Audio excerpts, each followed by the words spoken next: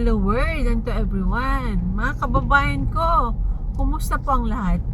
Awat loobin ng Diyos na nasa mabuti po tayong kalagayan. Nandito na po tayo sa may Quezon Province. Papunta po tayo ng Bicol. Hindi na po ako makapagsalita nung mga past na videos kasi dahil sa lubak-lubak po yung mga daan dito. Diretso na po hanggang dun po sa may bituka ng manok. Nag-umpisa na po doon, tapos diretso na halos. At mabuti na lamang, medyo okay naman po yung daan po dito. Kaya lang, wala po siyang safety features sa mga kalsada natin. This is where your taxes go. Shout out to DANR at sa LTO. Yan. DPWH. Yan. Bicol, Calawag na po tayo. Papunta po tayo ng Bicol. Yan. May ginagawa po dito na flyover ulit. Under construction. Pero grabe. Ang lalaki ng mga trackings po dito na dumadaan. At umuulan po kagabi pa. Pero I will give you description below. Tapos yung biyahe po natin na papuntang Bicol, nag-start po tayo sa Pangasinan. Diretso po yung ating videos. At ito na nga, excited na po ba ang lahat na makauwi po sa probinsya ng Bicol? Yung Bicol po kasama na po yung Camarines Sur, ganun.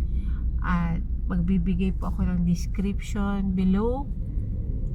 Shout out to everyone, mga kababayan ko, yung mga taga rito po.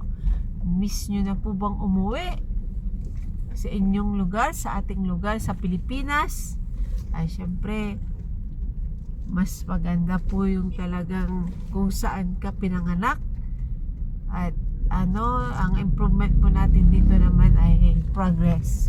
Dumarami po ang mga negosyo. Imagine, dumami yung mga 7-Eleven na store, Ola, ang dami. Kaya nag-i-improve po ang economy. Pero syempre, dapat po mag-zero po tayo sa mga mahihirap po na buhay o indigency.